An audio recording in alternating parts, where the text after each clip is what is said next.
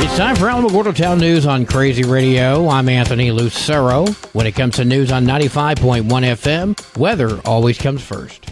Showers and strong thunderstorms are expected to increase in coverage across portions of the Central Plains on the north side of a developing warm front and surface low over Oklahoma. There's currently a slight risk for excessive rainfall across much of eastern Oklahoma and southeastern Kansas, where higher rainfall rates with the convection may lead to some instances of flooding. There will likely be some abatement across the region going beyond today, but the continued presence of a stationary front nearby will continue to provide enough forcing for at least scattered coverage of showers and storms through tomorrow across the Central Plains. Closer to home, slight chance of showers tonight into tomorrow, sunshine the rest of the week. We're going to have another look at the weather following this news. The latest information with regards to former Alamogordo Superintendent Dr. Ken Moore has been posted on AlamogordoTownNews.com. The article will give you some insight onto his over $300,000 severance pay and a whole lot of other information you're going to want to know. Far too much to share on the radio cast, so check it out, AlamogordoTownNews.com. White Sands National Park is going to be hosting a concert featuring the Rio Grande Revelers Dixieland Jazz Band. That'll be happening on the second full moon night of the year, Friday, September 29th at 7 p.m. there at White Sands. The event is a great opportunity to have a unique experience with the whole family under the light of the full moon. As a reminder, the Village of Tularosa is having a village meeting today at 6 p.m. The agenda and all associated documents have been posted on villageoftularosa.com. The Battle of the Food Trucks Round 2 is coming up at Washington Park on October 7th from noon until 5 p.m. Food, drinks, games, live music, and a whole lot more, plus free entry. Check out the City of Alamogordo Facebook page for details. Keep Alamogordo Beautiful is looking for youth groups. Read that, groups catering to individuals under 21 in order to assist with the Keep Alamogordo Beautiful Youth Group Partnership. We spoke with Executive Director Sven Sears. Keep Alamogordo Beautiful received a grant this year that provides funding to be able to help out youth group around Alamogordo to complete different projects for Alamogordo, like whether it's beautification projects, planting trees, flowers, painting, graffiti removal. Any youth group that wants to get involved, there's an opportunity at getting some funding. Through this partnership, groups can earn up to $300 per event simply by participating in beautification projects around the city. For more information, check out keepalamogordobeautiful.org or contact the office at 575-439-4250.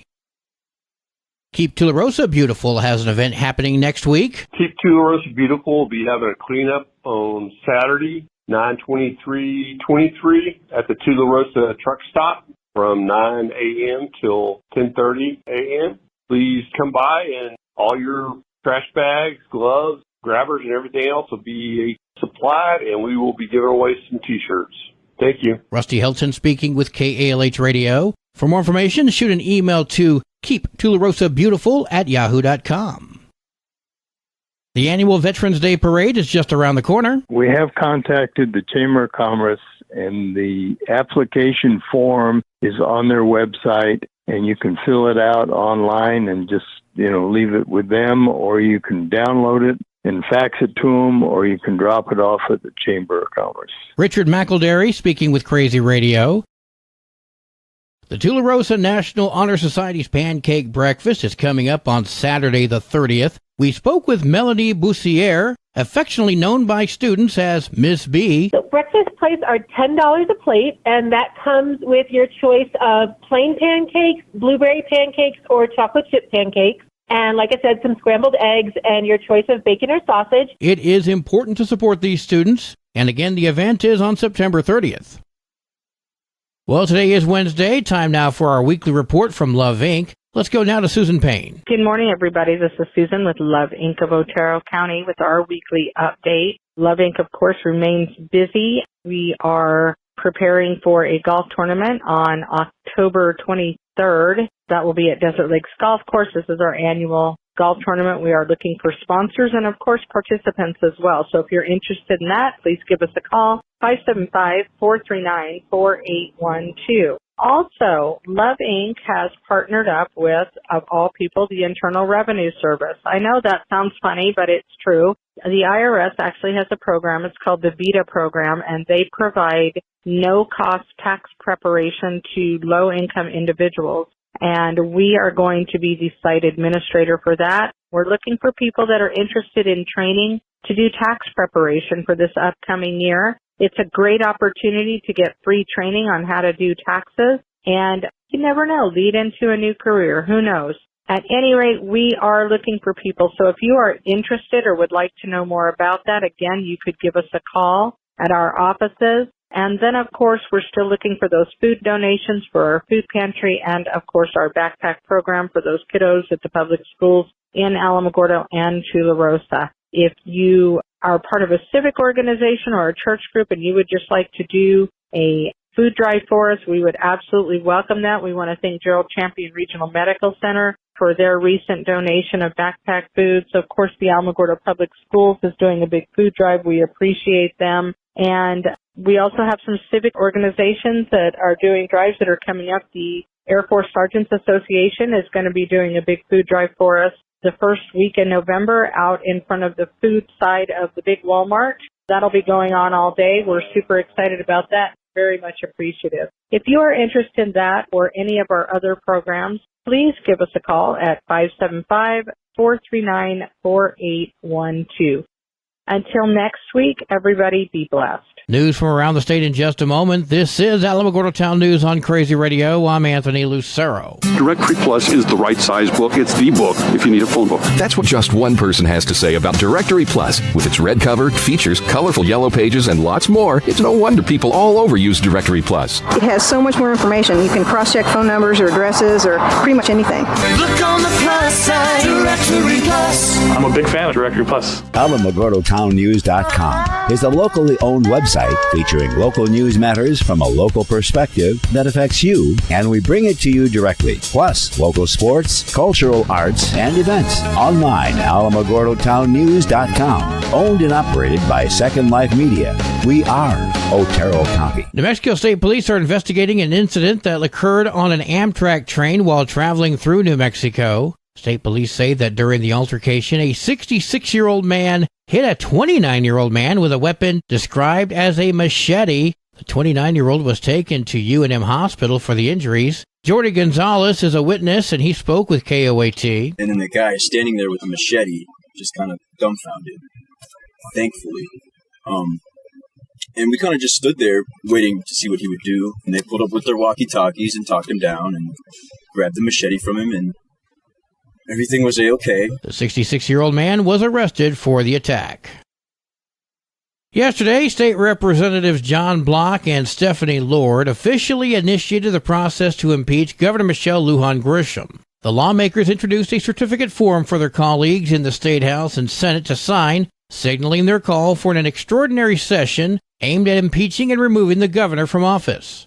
From the left, U.S. Representative Gabe Vasquez supports a resolution in the U.S. House of Representatives condemning Governor Michelle Lujan Grisham's illegal executive order banning guns. As a gun owner myself, I understand how important the Second Amendment is to folks in New Mexico and across the country. But that congressional vote to formally admonish the governor is caught up in the political fight over a government shutdown. I don't know what the big fuss is about. The GOP is going to cave and give the Democrats the ceiling raise.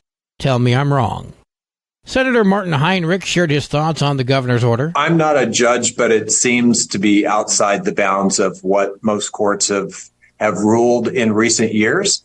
And so, my focus is really, let's find those places where we can either make new law, and we need to do some of that. If making new laws is the solution, let's make a new law making COVID and the flu illegal. Or how about no more days over 85 degrees? No more rock slides. Seem ridiculous? Tell me about a law you know of that's been effective. Any. Just because you name something illegal or write a new law about something doesn't in itself make any changes. Oftentimes, the only change is you've created new criminals. Think about it.